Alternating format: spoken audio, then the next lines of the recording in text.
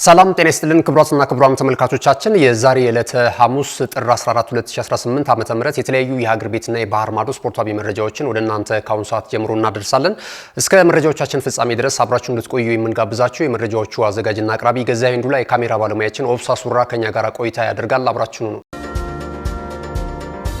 ወደ ቀዳሚው የሀገር ቤት ስፖርታዊ መረጃችን ስናልፍ የኛውን ቀዳሚ እናደርጋለን። አምስተኛው የኢትዮጵያ ዩኒቨርሲቲዎች የባህል ስፖርቶች የውድድር መድረክ በታሪካዊቷ የጅማ ከተማ እንደሚከናወን የኢትዮጵያ ባህልና ስፖርት ፌዴሬሽን ይፋ አድርጓል። ውድድሩ ከጥር 17 ጀምሮ እንደሚከናወንም ነው የተገለጸው።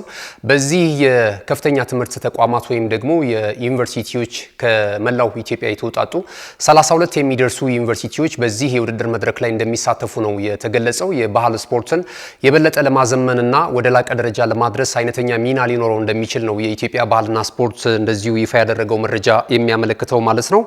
5 የባህል ስፖርቶች የተለያዩ የውድድር አይነቶች እንደዚሁ እንደሚከናወኑ ተገልጿል።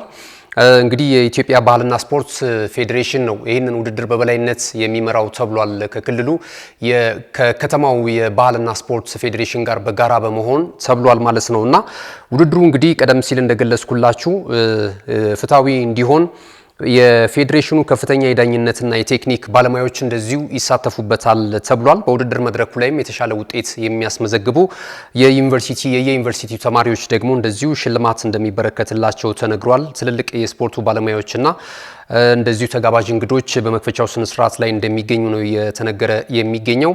እነዚህን ከመላው ኢትዮጵያ የተውጣጡትን የ32 ዩኒቨርሲቲ ተማሪዎችን ወይም የባህል ስፖርት ተወዳዳሪዎችን ለመቀበል እንደዚሁ የጅማ ከተማ አስፈላጊውን ዝግጅት ስለማጠናቀቋ ተገልጿል። ውድድሩም እንግዲህ በአማረ ሁኔታ ጥር 17 ጅማሮን ያደርጋል ተብሏል ማለት ነው። ውድድሩ ሲጀምር ደግሞ የተለያዩ መረጃዎችን ወደ እናንተ እያደረስን ቆይታ የምናደርግ ነው የሚሆነው። የሀገር ቤት ስፖርታዊ መረጃችንን እዚህ ላይ ገታ እናደርጋለን። በቀጣይ ወደ ባህር ማዶ ስፖርታዊ መረጃዎቻችን ነው የምናልፈው። አብራችኑ ነው። እነሆ የምስራች! የ10 አየር መንገድ የበረራ ትኬት ለውድ ደንበኞቹ በተቀላጠፈና አስተማማኝ በሆነ መንገድ እያቀረበ ያለው። በዚህም በደንበኞቹ የተመሰገነው ጉዞጎ አሁን ደግሞ ተደራሽነቱን በማስፋት ተጨማሪ ባንኮችን በማካተት ለውድ ደንበኞቹ የበለጠ አስተማማኝ ለመሆን ችሏል።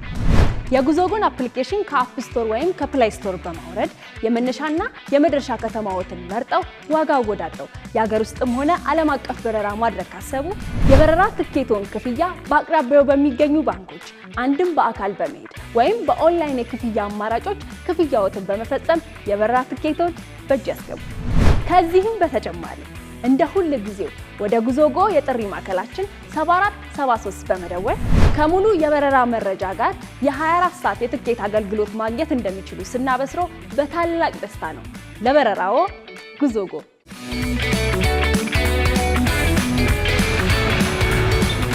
ካሽጎ በየትኛውም ዓለም ሆነው በማንኛውም ሰዓት ለወገኑ የሚደርሱበት ፈጣን የገንዘብ መላኪያ ተከፈተሎ። ማስተርና ቪዛ ካርዶን በመጠቀም ከ5 እስከ 20 ዶላር የሚልኩበት አዲስ የገንዘብ መላኪያ መንገድ። ካሽጎን ለየት የሚያደርገው የትኛውም የገንዘብ ዝውውር በፍጥነት አገልግሎት ከመስጠቱም ባሻገር ለማንኛውም አገልግሎት ምንም አይነት ክፍያ አለመጠየቁ ነው። በሀገራችን ታሪክ ገንዘብን ከውጪ ወደ ሀገር ቤት በማስተላለፍ በመተግበሪያ መልክ አገልግሎት መስጠት የጀመረው የመጀመሪያው ሀገር በቀል የገንዘብ መላኪያ ዘዴ ካሽጎ ከ4500 በላይ ባሉ የባንክ ቅርንጫፎች አገልግሎት እየሰጠ ይገኛል። ገንዘቦን በሰኮንዶች ልዩነት ውስጥ ይፈልጉ በአካውንቶ ወይንም በእጆ ቆጥረው የሚወስዱበት ልዩ ዘዴ። በቅርቡ ሁሉንም ኢትዮጵያዊ ባለቤት ለማድረግ ጉዞ የጀመረው ካሽጎ ዛሬውኑ መተግበሪያውን በስልኮ ላይ በመጫን የአገልግሎቱ ተጠቃሚ ሆኑ። ፍጥነት መለያችን፣ ኢትዮጵያን መክፈቻችን፣ ካሽጎ ነው መላኪያችን። ካሽጎ የአዲሱ ትውልድ ብራንድ። ክቡራትና ክቡራን ተመልካቾቻችን ቀደም ሲል የሀገር ቤት ስፖርታዊ መረጃን ወደ እናንተ አደርሰናል። ከዚህ ሰዓት ጀምረን ደግሞ ከባህር ማዶ የተገኙ ስፖርታዊ መረጃዎችን ነው ወደ እናንተ የምናደርሰው። የኢሮፓ ሊግ የ2025-26 የውድድር ዘመን የ7ኛ ዙር ጨዋታዎች ዛሬ በአውሮፓ የተለያዩ ከተማ ስቴዲየሞች እንደዚሁ ቀጥለው የሚከናወኑ ይሆናል። ሁልጊዜም በአውሮፓ ቻምፒየንስ ሊግ ማግስት የሚደረጉት እነዚህ ጨዋታዎች በእግር ኳስ ቤተሰቡ ዘንድ ተጠባቂ ናቸው። ወሳኝ ምዕራፍ ላይ የደረሰው ይህ የውድድር መድረክ እንግዲህ ዛሬ የ7ኛ ዙር ጨዋታዎቹን ከምሽቱ 2:45 ጀምሮ በኩል ተመሳሳይ ጊዜ በሚደረጉ ጨዋታዎች ነው ቀጥሎ የሚከናወነው። ዛሬ ከሚደረጉ ጨዋታዎች መካከል ምሽት 2:45 ላይ የጀርመኑ ክለብ ፍሬይቡርግ እንደዚሁ ከእስራኤሉ ክለብ ቴል አቪቭ ጋር ጨዋታቸውን የሚያከናውኑ ነው የሚሆነው። የጣሊያኑ ክለብ ቦሎኛ እንደዚሁ ከስኮትላንዱ ክለብ ሴልቲክ፣ ቪክቶሪያን ፕሌዝ እንደዚሁ ከፖርቶ ጋር በዚሁ ሰዓት ጨዋታቸውን የሚያከናውኑ ይሆናል። ያንግ ቦይስ ከፈረንሳዩ ክለብ ሊዮን ጋር የሚያደርጉትም ጨዋታ ይጠበቃል። ሊዮን ደግሞ በዚህ ውድድር ዓመት የሊጉን የደረጃ ሰንጠረዥ እስካሁን ድረስ በ15 ነጥቦች በቀዳሚነት እየመራ ይገኛል፣ በጎል ክፍያ ከተከታዮቹ በመሻል ማለት ነው። ፌኖርድ ከስትሩም ግራዝ እንደዚሁም ፓው ከሪያል ቤቲስ፣ ፌነርባቼ ከአስተን ቢላ የሚያደርጓቸው ጨዋታዎች ይጠበቃሉ። የእንግሊዙ ክለብ አስተን ቢላ ከሜዳ ውጪ ነው ይህን ጨዋታ የሚያከናውነው። አርቢ ሳልዝበርግ እንደዚሁ ከቱርኩ ክለብ ባዜል ጋር ጨዋታቸውን ሲያደርጉ፣ ሮማ ከስቱትጋርት፣ ብራጋ ደግሞ እንደዚሁ ከኖቲንግሃም ፎረስት ጋር የሚያደርጓቸው ጨዋታዎች ይጠበቃሉ ማለት ነው። ደረጃ ሰንጠረዡን ስንመለከተው እንግዲህ ሊዮን ነው በ15 ነጥቦች የሚመራው። በእርግጥ ተከታዮቹም እኩል 15 ነጥብ አላቸው። ሊዮን፣ ሚድላንድ፣ አስተን ቢላ እና የመሳሰሉ ክለቦች 15 ነጥቦችን ይዘው በጎል ክፍያ በመበላለጥ ከአንደኛ እስከ ሶስተኛ ያለውን ደረጃ ይዘውታል። ሪያል ቤቲስ 14 ነጥብ አለው። እንደዚሁም ተመሳሳይ ፍሬይቡርግ በ14 ነጥብ አራተኛና አምስተኛ ደረጃ ላይ ይገኛሉ። ብራጋ፣ ፖርቶ፣ ስቱትጋርት፣ ሮማ እያለ ይቀጥላል እና ከ1 እስከ 8 ያለውን ደረጃ ይዞ በማጠናቀቅ የጥሎ ማለፍ 16ቱን ምዕራፍ ለመቀላቀል እነዚህ ቡድኖች ከባድ ፍልም ያደርጋሉ ተብሎ ነው እየተጠበቀ የሚገኘው ማለት ነውና ዛሬ ምሽት ከሚደረጉ ተጠባቂ ጨዋታዎች መካከል ደግሞ አስተን ቪላ እንደዚሁ ወደ ቱርክ በማቅናት ከፌነርባቼ ጋር የሚያደርጉት ጨዋታ ትልቅ ትኩረትን ስቧል ማለት ነው። አስተን ቪላ በምሽቱ ጨዋታ ላይ እንደዚሁ ነጥቡን ከፍ ለማድረግ ከባድ ፍልሚያ ያደርጋል ተብሎ ነው የሚጠበቀው፣ አንደኛ ደረጃን ይዞ ለማጠናቀቅ ማለት ነው። ቀጣይ የስምንተኛ መርሃ ግብር እንደዚሁ ይኖራል ተብሎ ነው የሚገመተው። ወደ ሌሎች መረጃዎቻችን እንለፍ። እንግዲህ በየዓመቱ ከ1996 ጀምሮ ዴሎት የተሰኘ የፋይናንስ ተቋም የክለቦችን ዓመታዊ ገቢ ይፋ ያደርጋል። በዚህም መሰረት እንግዲህ የስፔኑ ኃያሉ ክለብ ሪያል ማድሪድ ዘንድሮም እንደዚሁ አንደኛ ደረጃን ይዟል በ2025 በጣም ከበድ ያለ ገቢን በማስገባት ማለት ነው። ማንቸስተር ዩናይትድ በጣም ወደ ቁልቁለት የወረደበትን የፋይናንስ አሰባሰብ ተመልክተናል ማለት ነው እና ማንቸስተር ዩናይትድ ያው ከውጤት ጋር ይያያዛል። አንዳንድ ስፖንሰርሺፖችን ለመፈራረምም ትልልቅ ተቋማትንም ወደ ቡድኑ ወደ ክለቡ ለማምጣት ሜዳ ላይ የሚመዘገቡ ውጤቶች ወሳኝ ስለመሆናቸው ነው እንግዲህ የዘርፉ ባለሙያዎች የሚናገሩት ማለት ነው እና በዚህም መሰረት ማንቸስተር ዩናይትድ በዚህ ዓመት እንግዲህ ለመጀመሪያ ጊዜ በነ ሊቨርፑል በነ አርሰናል ብልጫ ተወስዶበታል፣ ገቢ በማግኘት ዓመታዊ ገቢ በማግኘት ማለት ነው። ከዚህ ቀደም ለበርካታ ጊዜያት ያህል ወደ 10 ለሚደርሱ ጊዜያቶች እንግዲህ ይህ ተቋም ይህንን እውነት መመዝገብ ከጀመረ 30 ዓመታቶች ተቆጥረዋልና በእነዚህ ዓመታቶች ውስጥ ሪያል ማድሪድ እና ማንቸስተር ዩናይትድ ነው እየተፈራረቁ በቀዳሚነት ያጠናቀቁ የነበሩት ማለት ነውና አሁን በተለይ ያለፈውን ዓመት 15ኛ ደረጃን ይዞ ነው ያጠናቀቀው ማንቸስተር ዩናይትድ። ከዚህ ጋር ተያይዞ የአውሮፓ የተሳትፎ መድረክን አላገኘም። የኢሮፓ ሊግ የፍጻሜ ተፋላሚ መሆኑን እናስታውሳለን። በቶተንሃም ሆትስፐርስ ዋንጫ እንደተነጠቀም እናስታውሳለን እና በዚህ በአውሮፓ የውድድር መድረክ አለመሳተፉ ገቢው ላይ አሉታዊ ተጽዕኖ እንደነበረው እንደዚሁ ተገልጿል ማለት ነው። ዋና ምክንያት ተደርጎ ይሄ ነው እየተነሳ የሚገኘው። ከዛ ባለፈ ደግሞ በሊጉም የሚያስመዘግባቸው ውጤቶች ተመሳሳይ ናቸው። እነዚህን ጉዳዮች ይዞ እንግዲህ ማንቸስተር ዩናይትድ 8ኛ ደረጃ ላይ ተቀምጧል።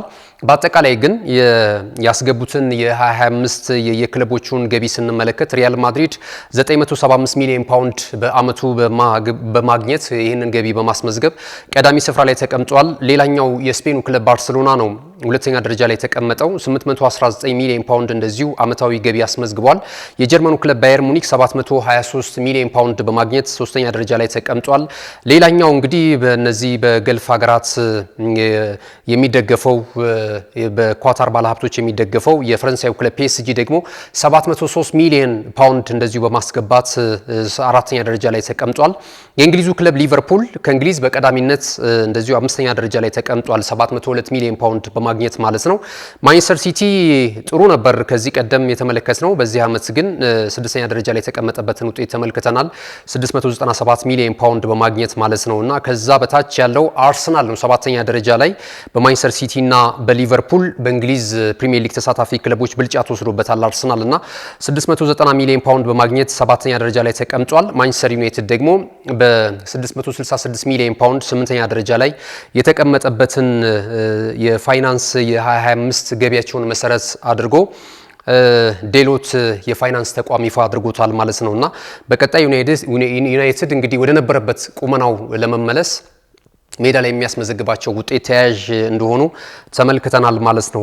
ወደ ሌሎች አጫጭር ስፖርታዊ መረጃዎች ስናልፍ ደግሞ እንደዚሁ በሳምንቱ አጋማሽ እንግዲህ ትላንትናና ከትላንትና በስቲያ ምሽት የአውሮፓ ቻምፒየንስ ሊግ የመጀመሪያ ሊግ ፌስ የሰባተኛ ዙር ጨዋታዎች ተከናውነው ተጠናቋል። እነዚህ ጨዋታዎች ከተጠናቀቁ በኋላ ደግሞ በእነዚህ ሁለት ምሽቶች ላይ ጥሩ እንቅስቃሴ ለየክለቦቻቸው ማድረግ የቻሉ ወይም በጨዋታው ላይ አውትሻይን ማድረግ የቻሉ ማን ኦፍ ዘ ማች ሆነው ያጠናቀቁ ተጫዋቾች ማን ሊመረጥ ይችላል የሚለውን የመጀመሪያ እጩ አራት ተጫዋቾች ይፋ ተደርጓል። የፖርቹጋሉ ክለብ ስፖርቲንግ ሊዝበን የፊት መስመር አጥቂ የሆነው ሱዋሬዝ ሁለት ግቦችን አስቆጥሮ ነበረ ፒኤስጂን ባሸነፉበት እንቅስቃሴ ማለት ነውና ይህ ተጫዋች እዚህ እጩ ውስጥ ተካቷል። ከዛ ባለፈ የሪያል ማድሪዱ ቪኒ ጁኒየርም እንደዚሁ 6-1 በሆነ ውጤት ተጋጣሚያቸውን ባሸነፉበት ጨዋታ ሁለት ግቦችን ከመረብ አሳርፏል። ይህም ተጫዋች እንደዚሁ በእጩነት ከተያዙ ተጫዋቾች መካከል አንደኛው ነው። ሌላኛው የአትሌቲክ ቢልባኦ ናቫሮም እንደዚሁ በተመሳሳይ ጥሩ እንቅስቃሴ ማስመልከቱን ተከትሎ እጩ ውስጥ ከተካተቱ ተጫዋቾች መካከል አንደኛው ነው። ሌላኛው ፌርሚን ሎፔዝ እናገኛለን፣ የባርሰሎናው ተጫዋች ማለት ነው። ይሄም እንግዲህ ሁለት ግቦችን ትላንት ምሽት በተደረገው የአውሮፓ ቻምፒየንስ ሊግ የውድድር መድረክ ላይ የቼክ ሪፐብሊካኑን ክለብ እንደዚሁ ስላቪያ ብርሃን ገጥመው አሸንፎ ነበር 4-2 በሆነ ውጤት ብሉግራናዎቹ ማለት ነውና በዛ እንቅስቃሴ ላይ አስገራሚ ብቃት በማሳየቱ ጎሎችንም በማስቆጠሩ እጩ ውስጥ ከተካተቱ ተጫዋቾች መካከል አንደኛው ሆኗል ማለት ነው። በእነዚህ ሁለት ምሽቶች የእናንተ ተጫዋቾች እዚህ ውስጥ መካተት ነበረባቸው ወይም ደግሞ ከተካተቱት ውስጥ ይሄኛው ተጫዋች ነው ማሸነፍ የሚገባው የምትሉትን ተጫዋች ቅድመ ግምታችሁን ወይም የእናንተን ምርጫ ልታደርሱን ትችላላችሁ።